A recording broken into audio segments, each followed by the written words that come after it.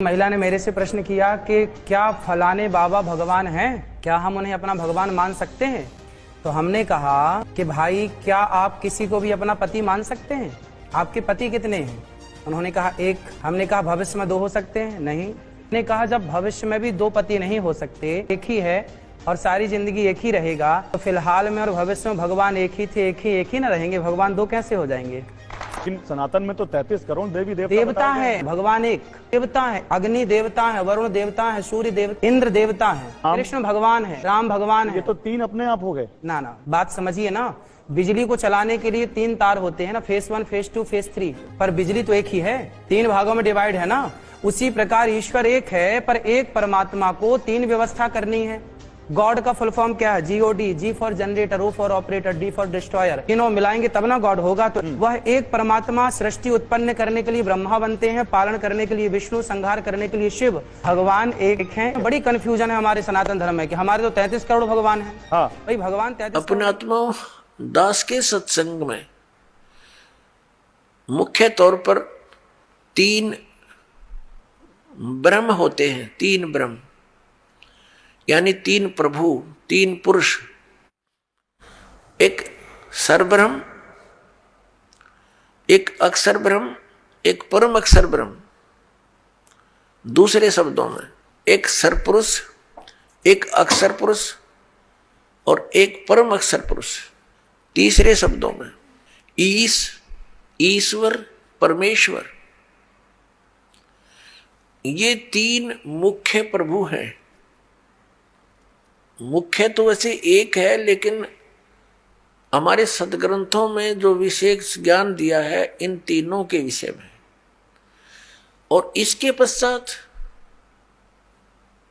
3 प्रभु और माने हैं, रजगुण श्री ब्रह्मा जी, सतगुण श्री विष्णु जी और तमगुण श्री शंकर जी, और आदि शक्ति प्रकृति देवी ये दुर्गा है। इनके बाद फिर बहुत से देवता हैं जो भगवान की भक्ति करके ही कुछ उन्होंने अपने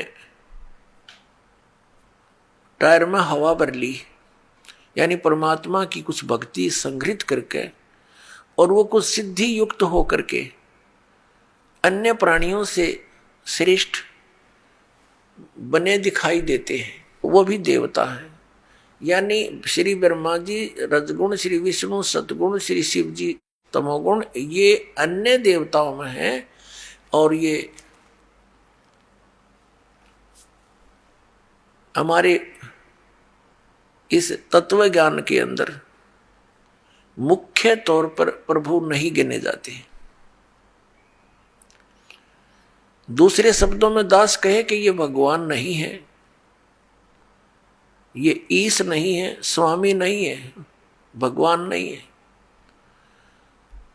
तो ये बात जनसाधारण के गले उतरे नहीं, विशेषकर पवित्र हिंदू समाज के पुण्यकर्मी प्राणियों के, क्योंकि हमारे धर्मगुरुओं ने हमें उल्टा पाठ पढ़ा दिया। और एक दिन से नहीं, हजारों वर्षों से यही पाठ हम सुनते आ रहे हैं कि ब्रह्मा विष्णु महेश सर्वेश्वर हैं, इनका कोई जन्म मृत्यु नहीं होता, इनकी कोई माता पिता नहीं है, ये स्वयंभू है।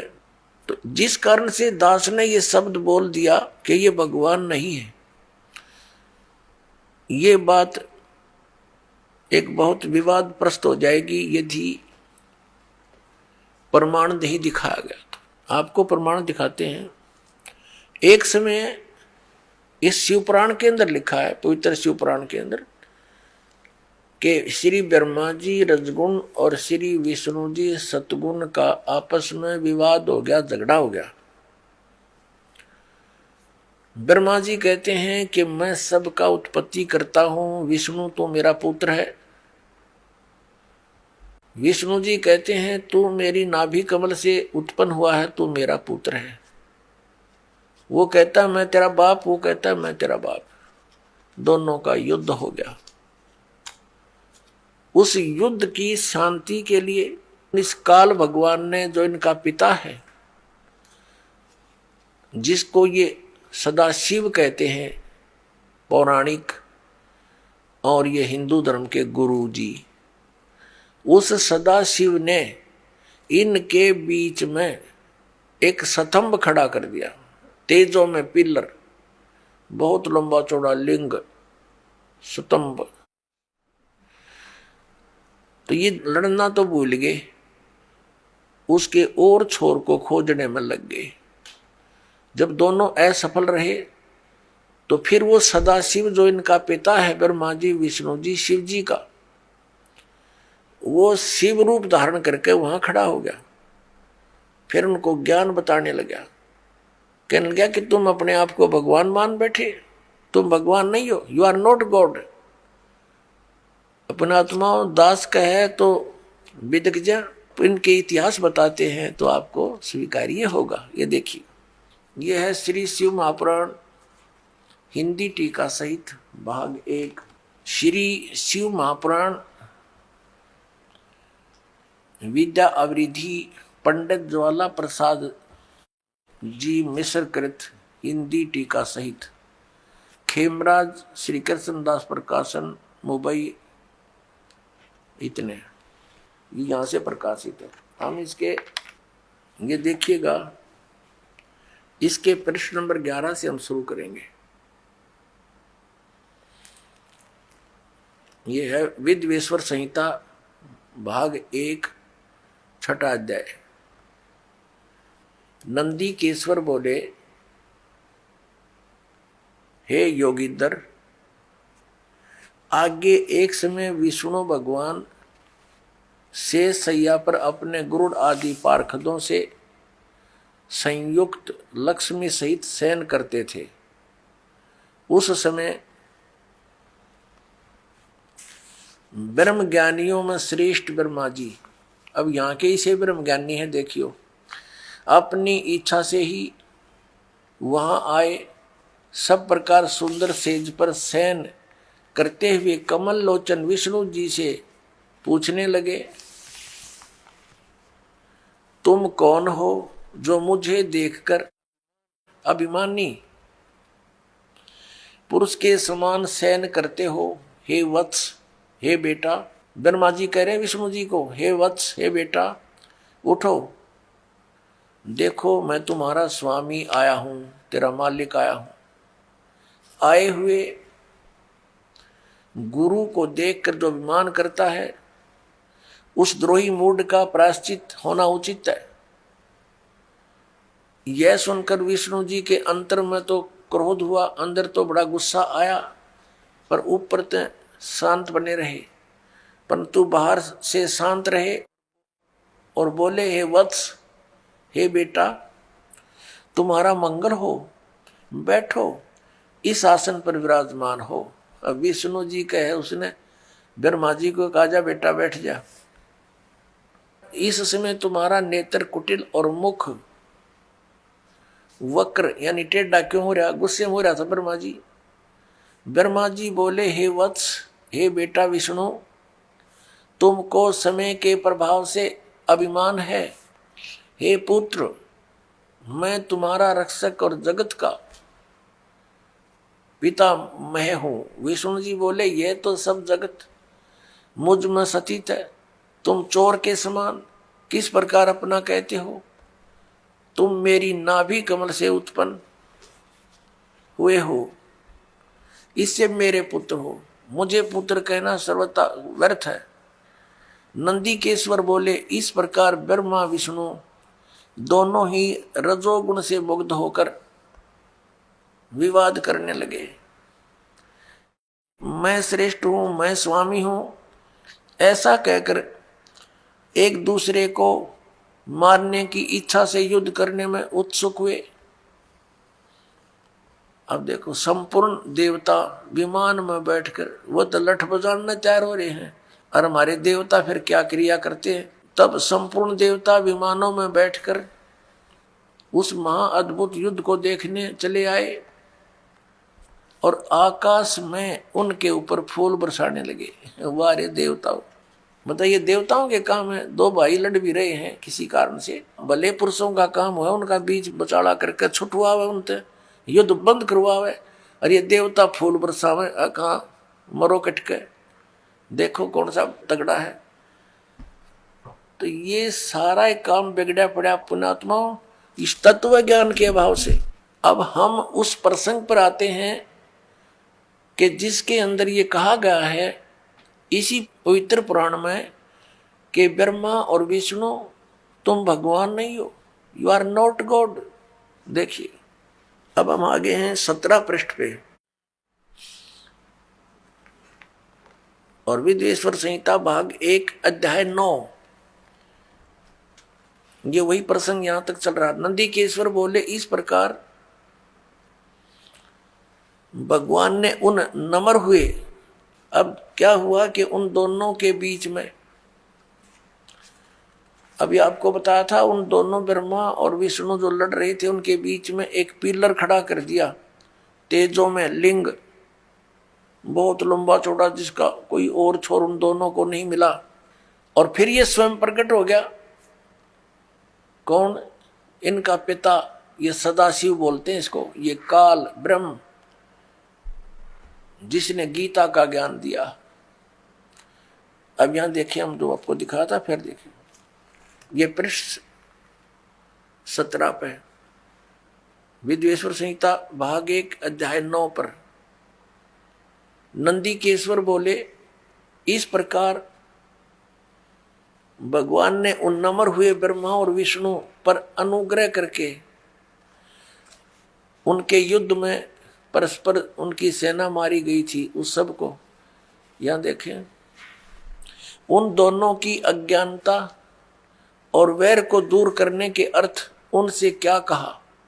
काल भगवान ने, सदाशिव ने क्या कहा कि मेरे सकल और निष्कल यानी साकार और निराकार में भेद से 2 रूप हैं, परंतु और ईश्वर नहीं है, मेरे अतिरिक्त कोई प्रभु नहीं है। इस कारण उनके 2 रूप नहीं हो सकते, पहला सतम रूप और दूसरा पीछे मूर्तिमान रूप धारण किया। इसमें ब्रह्म रूप निष्कल है, ये निष्कल है, निष्फल नहीं, और ईश्वर रूप सगुण है। मेरे ये दोनों रूप सिद्ध हैं, दूसरे किसी के नहीं हो सकते। इस कारण तुम दोनों को अथवा दूसरों को ईश्वर तव की प्राप्ति नहीं हो सकती। तुमने जो अज्ञान से अपने को ईश माना, तुमने अज्ञान से अपने को ईश यानी भगवान माना, यह बड़ा अद्भुत हुआ। उसके दूर करने को ही मैं रण स्थान में आया। अब तुम दोनों अभिमान त्याग कर मुझ ईश्वर में अपनी बुद्धि लगाओ। मेरे प्रसाद से लोक में सब अर्थ प्रकाश होते हैं। मैं ही परब्रह्म हूं। अब ये काल बोल रहा है, अब यहां विचलित कर रहा है इनको। मैं ही परब्रह्म हूं, मेरा ही कल अकल रूप है। ब्रह्म होने से मैं ईश्वर हूं। अनुग्रह आदि मेरा कृत्य है। सर्वव्यापी होने से और जगत के वर्धक होने से मैं ब्रह्म हूं। हे ब्रह्म केशव, समतव और व्यापक होने से मैं आत्मा हूं। मैं इस सब का ईश हूं। यह मेरा है, मेरे सिवाय किसी दूसरे का नहीं है। प्रथम तो ब्रह्म तो ज्ञान के निमित्त निष्कल ब्रह्म का प्रादुर्भाव हुआ। 18वें पृष्ठ पर चलते हैं।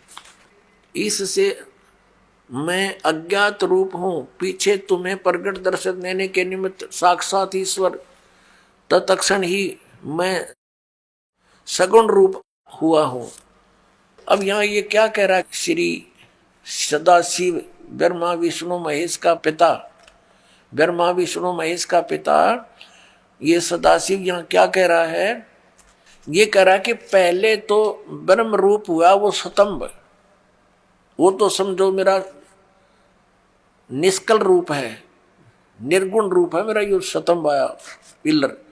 और ईब में निर्गुण से सगुण हो गया, तुम्हारे सामने आया। अब देखो, हम अपने उस प्रसंग पर आते हैं।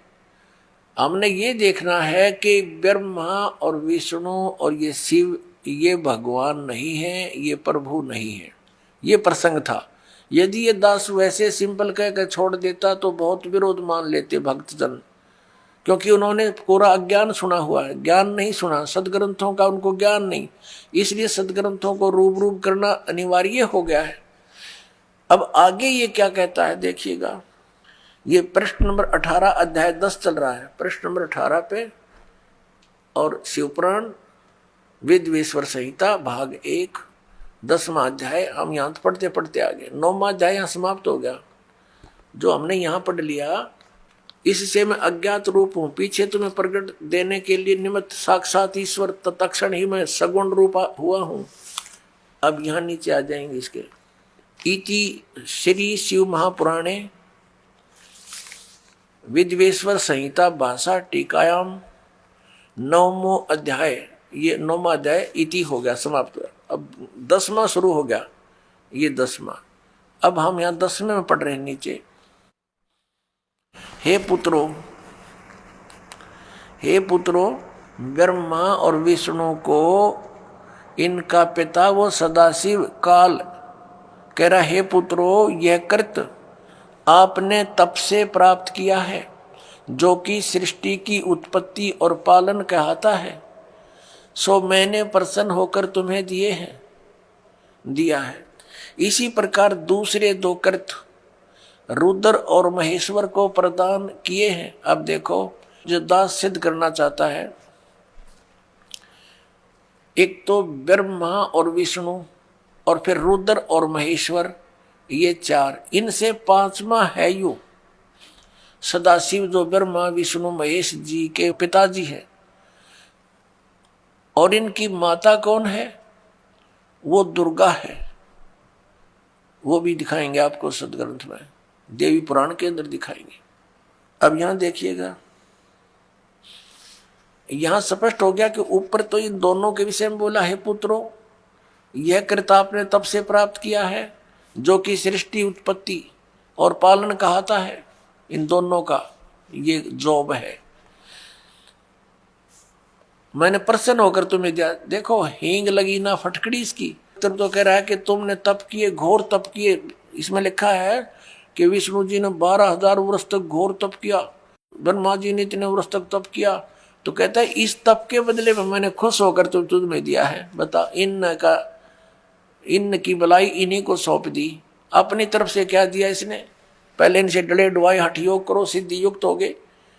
अब फिर रिमोट अपने हाथ में लेकर इनको कहा तुम सृष्टि करो। सब्जियों को यहाँ पर स्थिति, उत्पत्ति, संहार ये अपने पुत्रों से करवाता है और स्वयं खाता है सबको। ये काल है। गीता जी अध्याय नंबर 11 के श्लोक नंबर 32 में कहता है, मैं काल हूं अर्जुन, और अब प्रकट हुआ हूं, अब आया हूं मैं, अब प्रवृद्ध हुआ हूं। और श्री अर्जुन जी पूछ रहे हैं कि हे महानुभाव, आप कौन हो? मैं आपसे परिचित नहीं हूं। अरे अर्जुन का साला था श्री कृष्ण, और उससे अपरिचित हो गया इतनी जल्दी? क्योंकि वो श्री कृष्ण था ही नहीं, श्री कृष्ण में प्रवेश वो काल था। और जब बाहर निकल कर देखा तो उसका इतना रूप हो बाहर निकल गया उससे, जब विराट रूप दिखा श्री कृष्ण तो ओझल हो गया, दिखाई भी नहीं दे रहा था उनकी रोशनी के अंदर। और अर्जुन कह रहा, पूछ रहा आप कौन हो? मैं आपको पहचान नहीं पा रहा हूं। तो काल था। वो कहता है मैं काल हूं और सबका नाश करने के लिए अब प्रवृत्त हुआ हूं। तो ये इनका पिता है। और वो क्या कह रहा है कि ब्रह्मा और विष्णु तुम्हें जो कृत जॉब दिए हैं, तुम्हारे को 2 विभाग दे दिए। एक तो उत्पत्ति विभाग, रजोगुण विभाग से उत्पत्ति होती है, ब्रह्मा जी को रजोगुण युक्त कर दिया और विष्णु जी को सतोगुण युक्त कर दिया, और तीसरे अपने पुत्र को तमोगुण युक्त कर दिया, अपना स्वरूप बना लिया। कहते सदाशिव कहता है जब ये खड़ा है कि मैं इन्हीं के रूप, ये मेरे ही स्वरूप में है।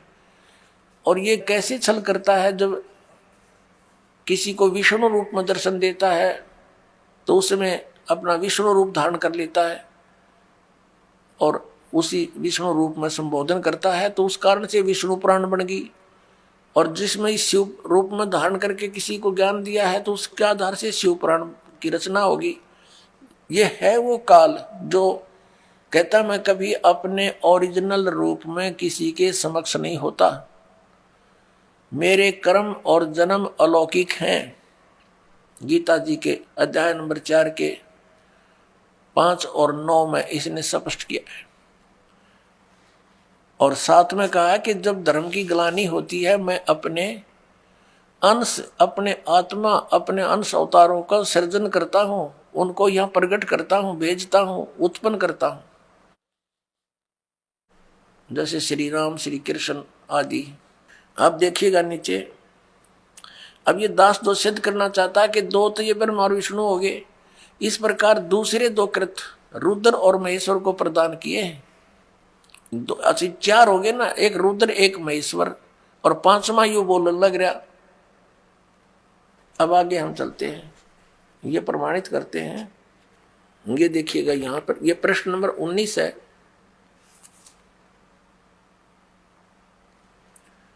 और ये विद्वेश्वर संहिता भाग 1 अध्याय 10 चल रहा है, यहां से हम लेंगे। हे सौम्य, मेरे अज्ञान से विमुख होने से तुम्हें अज्ञानता आ गई।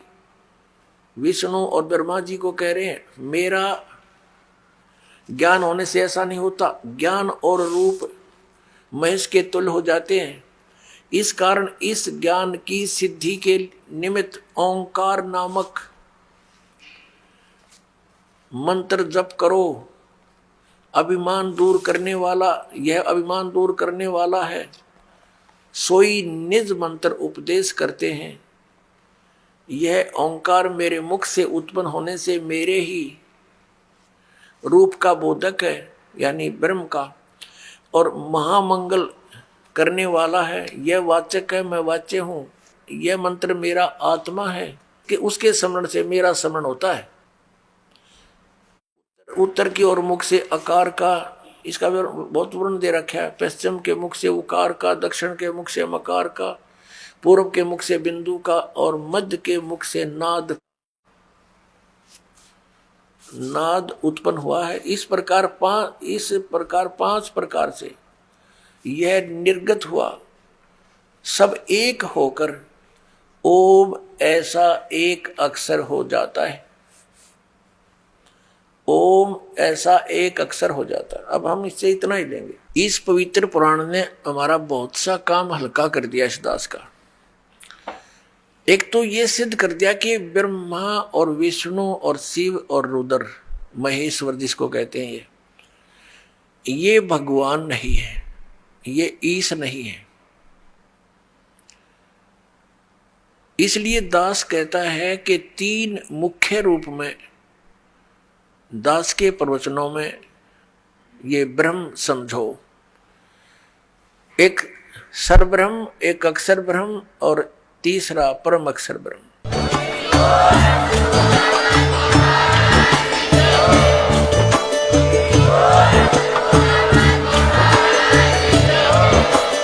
आप सुन रहे थे जगत गुरु तत्वदर्शी संत रामपाल जी महाराज जी के मंगल प्रवचन। अधिक जानकारी के लिए विजिट कीजिए हमारी वेबसाइट www.jagatgururampalji.org। संत रामपाल जी महाराज जी के शुभ आशीर्वाद से पूरे विश्व भर में 500 से भी ज्यादा नाम दीक्षा केंद्र हैं, जिन पर संत रामपाल जी महाराज जी द्वारा ऑनलाइन निशुल्क नाम दीक्षा दी जा रही है। अपने नजदीकी नाम दीक्षा केंद्र का पता करने के लिए संपर्क करें 8222880541।